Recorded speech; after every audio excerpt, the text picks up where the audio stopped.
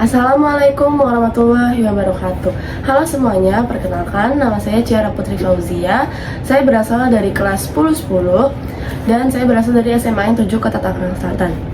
Pada pertemuan hari ini, saya akan mempresentasikan tentang materi berpikir komputasional, yaitu materi informatika yang merupakan bab 1. Apa itu berpikir komputasional? Berpikir komputasional adalah cara berpikir yang digunakan untuk memecahkan masalah kompleks dengan menggunakan pendekatan yang diambil dari ilmu komputer.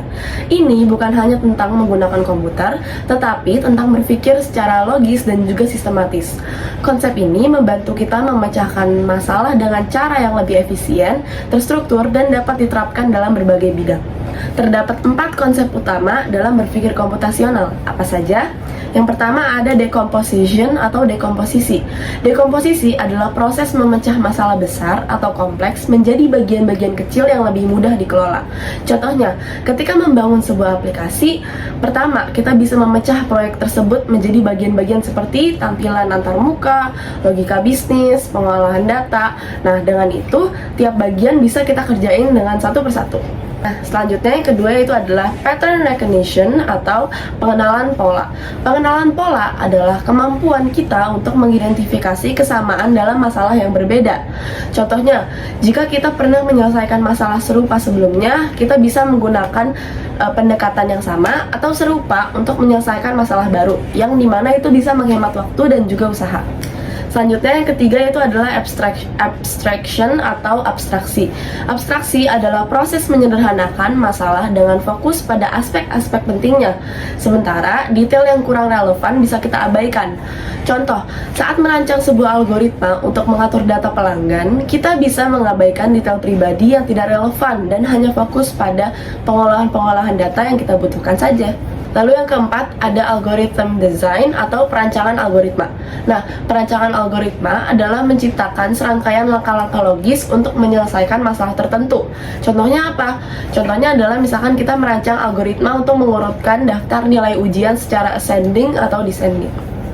Selanjutnya adalah ada algoritma-algoritma dasar yang digunakan dalam ilmu komputer. Apa aja sih? Yang pertama adalah searching atau pencarian. Algoritma pencarian digunakan untuk menemukan data dalam suatu struktur data, seperti misal kita mencari nama dalam daftar kontak. Lalu yang kedua yaitu adalah sorting atau pengurutan.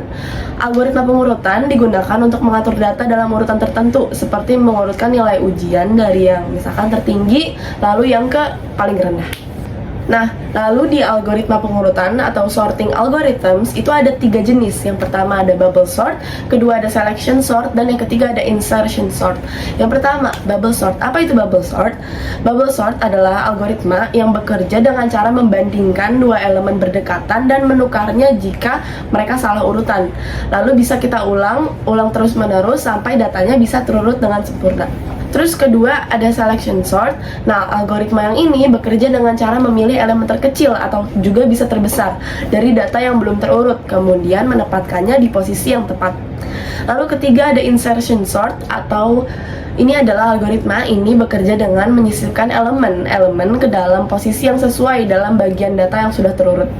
Lalu ada 2 metode penyimpanan data dalam struktur data. Apa aja? Yang pertama yaitu adalah queue atau antrean. Queue adalah struktur data yang menggunakan metode FIFO, yaitu first in, first out, di mana data yang masuk pertama kali akan diproses terlebih dahulu. Contohnya apa? Contohnya antrian di kasir supermarket, pelanggan pertama yang datang duluan pasti bakal dilayani lebih dulu. Lalu yang kedua yaitu adalah stack atau tumpukan. Stack adalah struktur data yang menggunakan metode LIFO, yaitu last in dan first out, di mana data yang masuk terakhir akan diproses terlebih dahulu. Contohnya apa?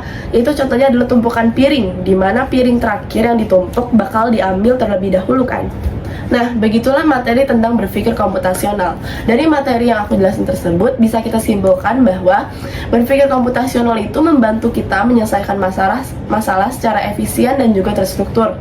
Dengan memanfaatkan konsep dekomposisi, pengenalan pola, abstraksi, dan perencanaan algoritma, kita dapat mengatasi berbagai masalah yang kompleks, baik dalam kehidupan sehari-hari maupun dalam pengembangan teknologi zaman sekarang.